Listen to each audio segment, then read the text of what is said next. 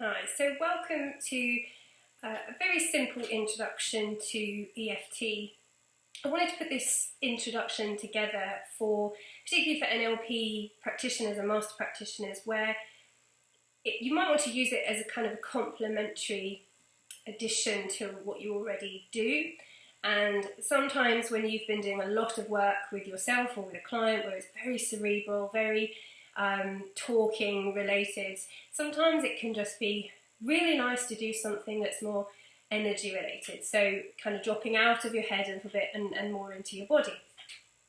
There's also situations where I like to use EFT where someone's actually in an unresourceful emotion. So in NLP we tend to have to wait until somebody is more resourceful or take them out of an unresourceful state before we can actually do a lot of the techniques, because we need somebody to be resourceful so they can find the resources to resolve the issue. So in this instance, if somebody you're coaching has an emotion coming up, yes, you can ask them questions in NLP, but in EFT we can just run with whatever's coming up for them and kind of exorcise it out of the body, and we can use a lot of this the NLP language and techniques alongside NLP, alongside EFT, since it was created by a master practitioner of NLP anyway. It works better if you use it with the language.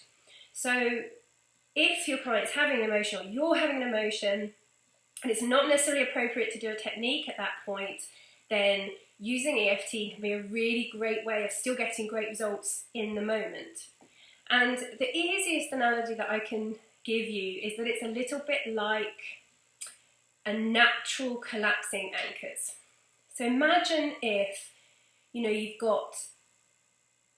had already stored this really, really positive, powerful resource anchor for someone, and they were in the middle of an emotion. You could fire off that resource anchor during whatever experience they were having and collapse the emotion and get some real wisdom and a change of state from doing that.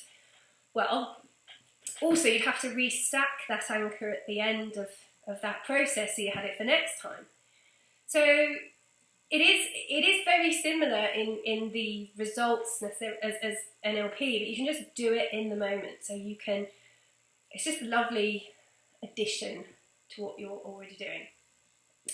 So first things first, I am going to just take you through the basic tapping points and show you how you could literally just start tapping and experience some benefits straight away from tapping, since it's been scientifically proven to metabolize cortisol from the body. So even if you didn't actually do any directed work with EFT, just by tapping on the meridian lines that I'm going to show you, you would actually calm down, relax, and feel the benefits because you are metabolizing cortisol.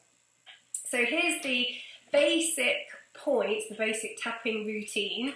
We're not going to use this is the karate chop point there on the side of your hand. I'm not going to use that in the basic tapping routine because we use this when we're going to set up a piece of work. So I'll show it to you now just so that you know that it's a point. There's also ones on the hands, but for now we're just going to do the basics. So the first one is the eyebrow point, which is kind of on the bone of your eye socket there. The side of the eye, under the eye, the nose, the chin, and either between the collarbone bones or kind of take one an inch down, inch along, and just there.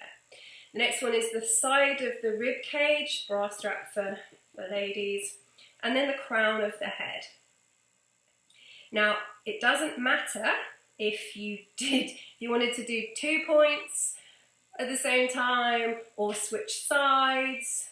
You could switch sides if you wanted to, it doesn't matter, it's all good. It doesn't matter if you use one finger or the flat of your hand. It's very forgiving in its technique. So I tend to just use a few finger points and just not tap particularly hard. There's no length of time that you need to tap on each point before you move on, but I kind of have a rhythm, and then sometimes I'll just feel like this one I want to stay a little while longer with on a collarbone, or sometimes I'll miss out the rib cage if I'm driving and I don't want to do that one, or if my arms are tired or I'm lying in bed trying to sleep, then I wouldn't use the rib cage. But again, the top of the head, we finish. And you just practice going around and around the points like this so that it becomes completely second nature, because the last thing that you really want to be doing is having to think about which point you need to do next. When you're tapping, you just kind of want it to be very effortless. Okay, so that you could be thinking about whatever it is that you want to work on, maybe instead of which point comes next. So that is the basic tapping routine. And if I was to just sit here doing nothing in particular, but just tapping for the next 10 minutes or so, I would end up being incredibly calm and relaxed, because the cortisol would have been metabolized out of my body. So that's the first thing to start doing, is just learn the points and start tapping until you get a really nice kind of rhythm, whether you know where the points are. You'll find out, do you want to do left hand, right hand? How long do you want to stay on each point? Find your own rhythm and then move on to the next video.